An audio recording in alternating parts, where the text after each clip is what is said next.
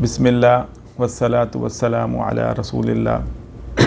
اللہ سبحانہ وتعالیٰ سورہ بقرہ کی آیت 143 میں کہہ رہے ہیں وَقَذَلِكَ جَعَلْنَاكُمْ أُمَّةً وَسَطًا لِتَكُونَ شُهَدَاءَ عَلَى النَّاسِ وَيَكُونَ الرَّسُولُ عَلَيْكُمْ شَهِيدًا۔ اسی طرح ہم نے تم کو امت وسط بنایا ہے۔ جو ہماری نبی علیہ الصلوۃ والسلام کی امت ہے وہ تو سب سے آخر میں آئی ہے کہ نبی علیہ الصلوۃ والسلام آخری پیغمبر ہیں۔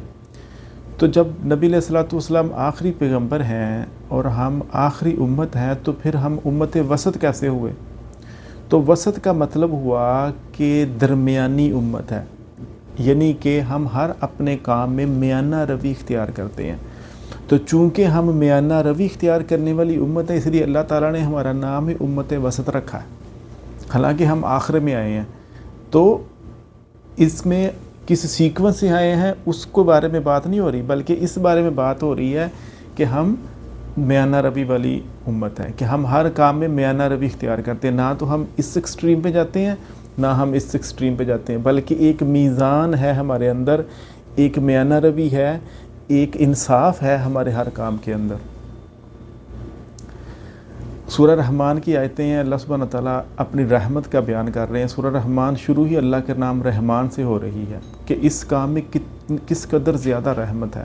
الرحمن علم القرآن خلق الانسان علمہ البیان الشمس والقمر بحسبان والنجم والشجر یسجدان والسماء رفعها ووضع المیزان۔ اللہ تعالیٰ کہہ رہے ہیں کہ سورج، چاند، ستارے، آسمان، ہر چیز میں اللہ سبحانہ تعالیٰ نے ایک میزان رکھا ہے، ایک بیلنس رکھا ہے کہ کون سا سیارہ کس سیارے سے کتنی دور ہوگا، ایک ستارہ دوسرے ستارے سے کتنی دور ہوگا، اس کی کمیت کتنی ہوگی، اس کا ڈسٹنس کتنا ہوگا، اس کی سپیڈ کتنی ہوگی۔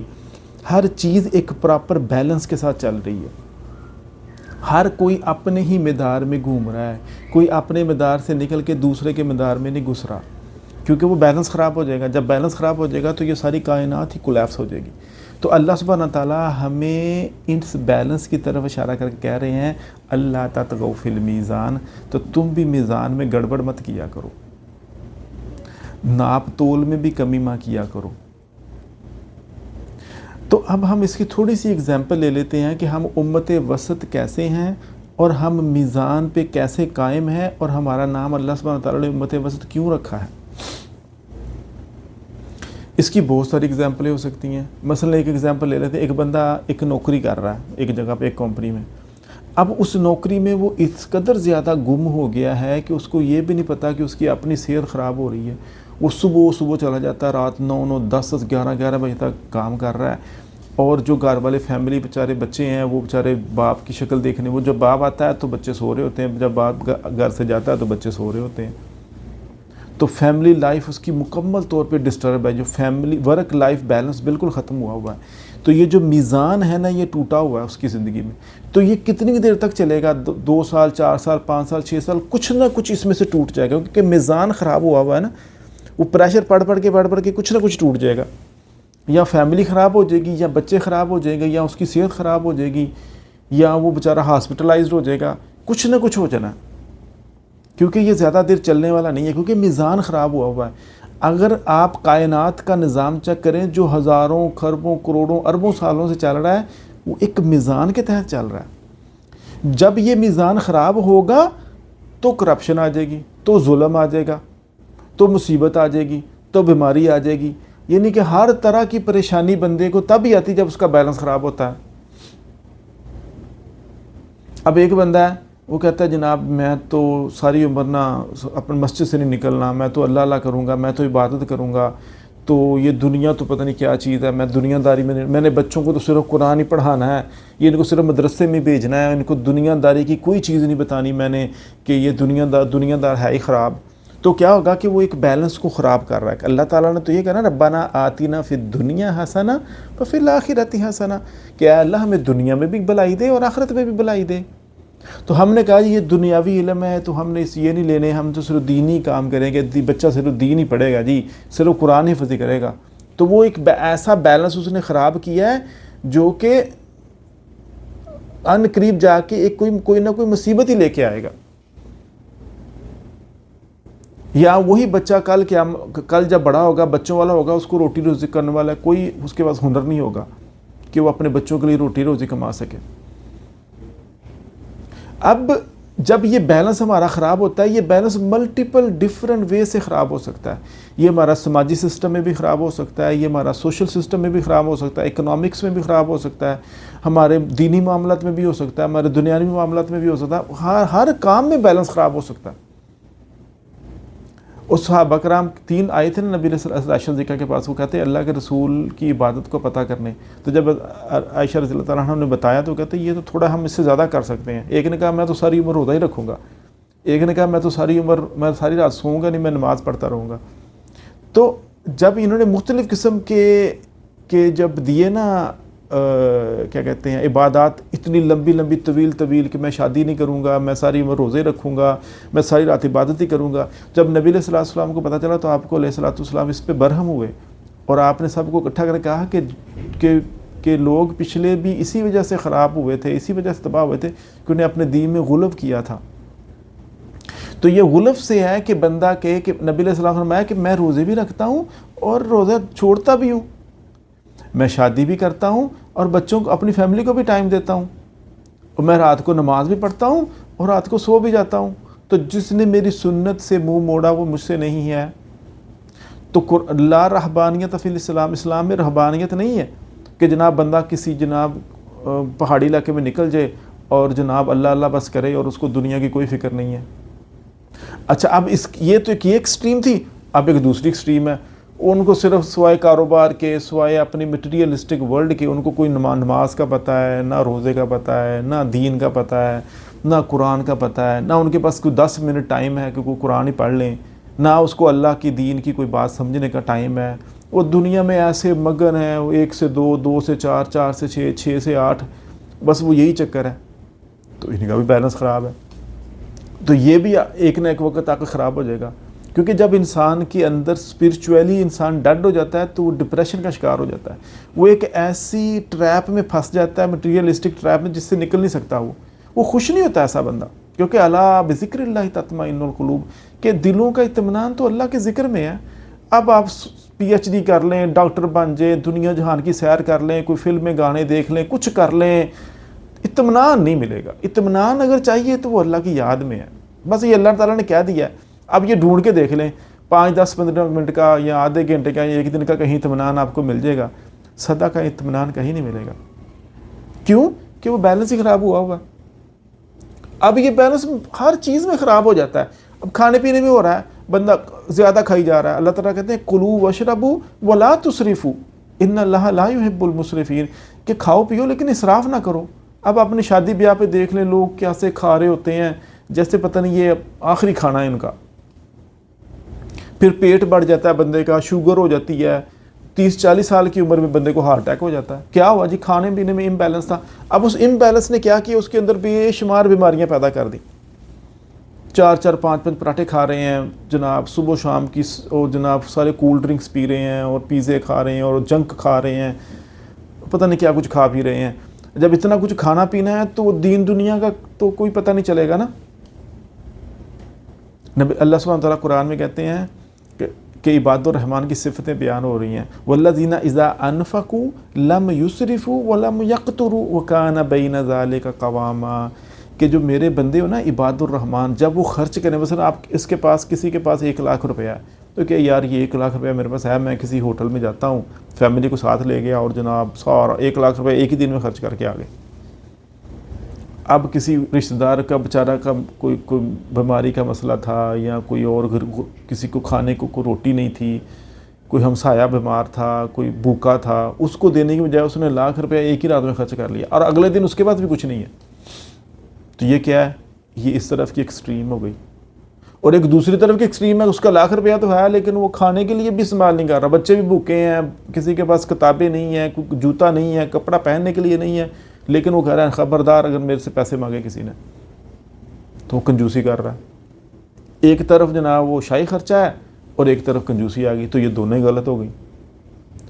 تو ہمارے معاملات خراب ہی اسی وجہ سے ہوئے ہیں کہ ہم یا تو اس ایکسٹریم پہ چلے گئے ہوئے ہیں یا اس ایکسٹریم پہ چلے گئے ہوئے ہیں۔ اب بندہ بندہ کیا کہنا چاہتا ہے کہ جب بندہ ایک ایکسٹریم پہ جاتا ہے نا تو بندہ اپنی خواہشات کے پیچھے ایسا چل پڑتا ہے کہ وہ انہیں کو اپنا خدا بنا لیتا ہے. مثلا ایک جاب بھی انسان کا خدا بن سکتا ہے. مثلا کہتا ہے یار اگر یہ میری جاب چلی گئی, اگر یہ میرے باس کو میں نے کام ٹائم پہ نہ کر کے دیا, یہ مجھے نکال دے گا, جب یہ مجھے نکال دے گا پھر میں کہاں سے کھاؤں پیوں گا.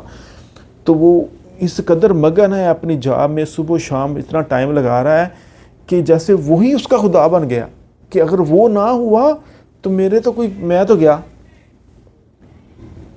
اب یہاں اسی سے شرک آتا ہے نا کہ یہاں تو اس نے اللہ کو رازق سمجھنے کی بجائے اس کمپنی کو, اس جاب کو رازق سمجھ لیا کہ یہ ہے تو میں ہوں, یہ گئی تو میں بھی گیا.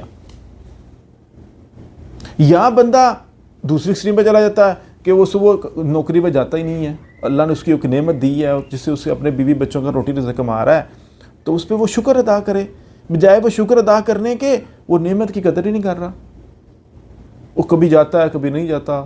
اس کا مینیجر اس کو کام دیتا ہے کہ بھئی یہ کام کر, تو وہ کام بھی نہیں کرتا. کام نکالنا تو نکال دو, پھر کیا ہوا, تو اس کمپنی والے نکال دیتے اس کو. تو اس نے ناشکری کی. الم تر الذین بدلوا نعمت اللہ کفرا وحلوا قومهم دار البوار. کیا تو نے اس بندے کو دیکھا ہے جس نے نعمت کو کفر میں, ناشکری میں بدل دیا؟ تو ناشکری کرنے سے نعمت ختم ہو جاتی ہے. وقال ربکم ادعون وقال لئن شکرتم لازیدنکم, اگر تم شکر کرو گے تو میں اور بڑھاؤں گا. تو جو نعمت ہمارے پاس ملی ہوئی ہے, نہ تو ہم اتنے ناشکرے ہو جائیں کہ اس نعمت کی قدر ہی نہ کریں, اور نہ ہم اس نعمت پہ اتنے مگن ہو جائیں کہ اس کو اس کے مقدار سے بڑھا کے اس کو رب ہی بنا دیں. اس سے ایسے ڈریں, اس سے ایسے محبت کریں, اس پہ ایسا توکل کریں کہ ہم اللہ کو ہی بھول جائیں. تو ہم اس ایکسٹریم میں چلے جائیں گے. یا ہم کس ایکسٹریم میں چلیں گے کہ اس کی قدر. اب گاڑی لے لیں, اگر آپ ایک بندے کا ساری زندگی سارا جو ٹائم ہے نا اسی پہ گزر جائے کہ یار یہ میں نے فلانی گاڑی لینی ہے, وہ ساری عمر جمع پونجی کرتا رہے, کام کرتا رہے, محنت کرتا رہے, پیسے جوڑتا رہے کسی طریقے سے, بس مجھے یہ گاڑی, صبح و شام اس کی صرف ایک ہی فکر ہے کہ یہ گاڑی مجھے بس مل جائے. اور ایک دوسری ایکسٹریم ہے کہ اس کے پاس گاڑی, اس کو قدر ہی کوئی نہیں, وہ ٹوٹ رہی ہے پھوٹ رہی, اس کا آئل چینج کرنا ہے نہیں کرنا, اس کی ٹیک کیئر کرنی, اس کو دھونا ہے نہیں دھونا, اس کو فکر ہی کوئی نہیں ہے, وہ کچھ دیر بعد خراب ہو گئی, اس کی قدر ہی کوئی نہیں ہے, اس کا شکر ہی کوئی نہیں ہے. یا اس ایکسٹریم پہ چلے جاتے ہیں ہم, یا ہم اس ایکسٹریم پہ چلے جاتے ہیں. شادی ہوئی ہے تو یہاں بیگم کی طرف چلے گئے ہیں کہ بیگم ہی سب کچھ ہے, اگر بیگم نہیں ہے تو کچھ نہیں ہے. بچے ہی سب کچھ ہیں, اگر بچے نہیں ہیں تو کچھ نہیں ہے. ماں باپ کی کوئی ٹیک کیئر نہیں کر رہا. تو ایک دوسری ایکسٹریم آ جاتی ہے, وہ ماں باپ کو سب کچھ کر رہا تو بیوی بچوں کو توجہ نہیں دے رہا, اس بیوی پہ ظلم کر رہا ہے. یعنی کہ کس کام میں اگر آپ دیکھیں تو ہمارے پاس امبیلنس ہوا ہے. اور حالانکہ اللہ تعالیٰ نے تو ہمارا نام ہی یہ رکھا تھا کہ ہم امت وسط ہیں. جب امت وسط ہیں تو ہم نے تو ہر چیز میں ایک بیلنس لے کے آنا ہے.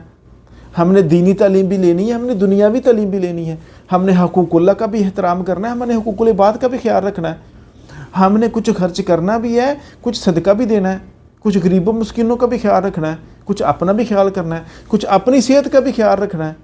ہم نے ورک لائف بیلنس لے کے آنا ہے. وہ جو حج کا ٹائم تھا نا, حج کا, کہ جہاں پہ بندہ ساری عمر ایک ہی دفعہ حج کرتا ہے نا, زیادہ تر لوگ تو ایک ہی حج کریں گے, وہ چارہ ساری عمر جمع پونجی کر کے گیا. تو یہ اسپیشل اسپرچول جرنی ہے جو کہ اس کے ایمان کو بڑھانے کے لیے ہے. لیکن اللہ تعالیٰ نے کہا ہے کہ کوئی تمہارے لیس علیکم جناح ان تبتغوا فضلا من ربکم, کوئی گناہ نہیں ہے کہ اگر آپ اپنے حج کے دوران کچھ کاروبار بھی کر لیں تو کوئی مسئلہ نہیں ہے. تو اس میں اللہ ہم سے کیا چاہ رہے ہیں کہ ہم اپنے اندر ایک بیلنس رکھیں. دیکھیں حج کے اس اسپرچول جرنی کے اندر بھی اگر آپ کوئی کاروبار کرنا چاہ رہے ہیں تو اللہ تعالیٰ کہہ رہے ہیں کوئی مسئلہ نہیں, کاروبار بھی کریں آپ. الصلاۃ فانتشروا فی الارض وابتغوا من فضل اللہ. جب نماز پڑھ لو, جمعے کے ٹائم کی بات ہو رہی, نماز پڑھ لو تو زمین میں پھیل کے اپنی اللہ کا روزی رزق کی تلاش کرو. اب نماز پڑھ لی ہے, بیلنس لے کے آ رہے ہیں.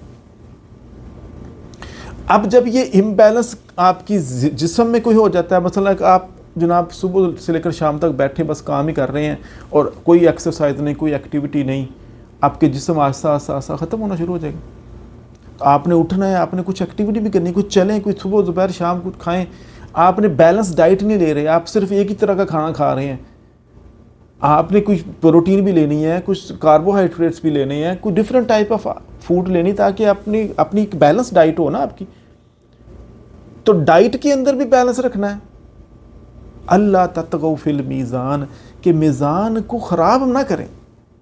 یہ دیکھیں نا سارے آسمان میں کیسا اللہ تبارک تعالیٰ نے میزان مقرر کیا ہوا ہے، کیسے صبح اور شام کے اندر ایک بیلنس ہے، کیسے موسموں کے اندر ایک بیلنس ہے، کیسے پھولوں کے اندر ایک بیلنس ہے، سبحان اللہ، کیسے پھلوں کے اندر ایک بیلنس ہے.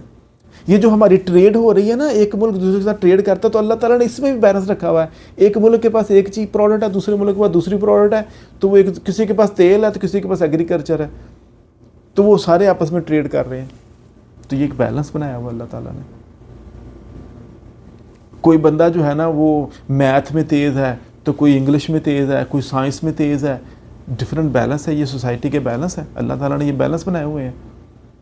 تو ہم نے اپنی زندگی کے اندر یہ دیکھنا ہے کہ میں نے کہاں پہ میری زندگی امبیلنس ہے.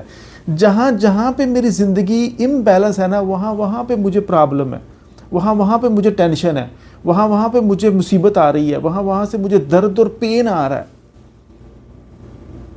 اور وہاں پہ مجھ سے حساب ہوگا قیامت کے دن کہ بھئی اس کا حق کیوں نہیں دیا تھا، اس کا حق کیوں مارا تھا، اس کی طرف تم ایکسٹریم کیوں چلے گئے تھے. اس میں شرک آ جاتا ہے بندے کی طرف.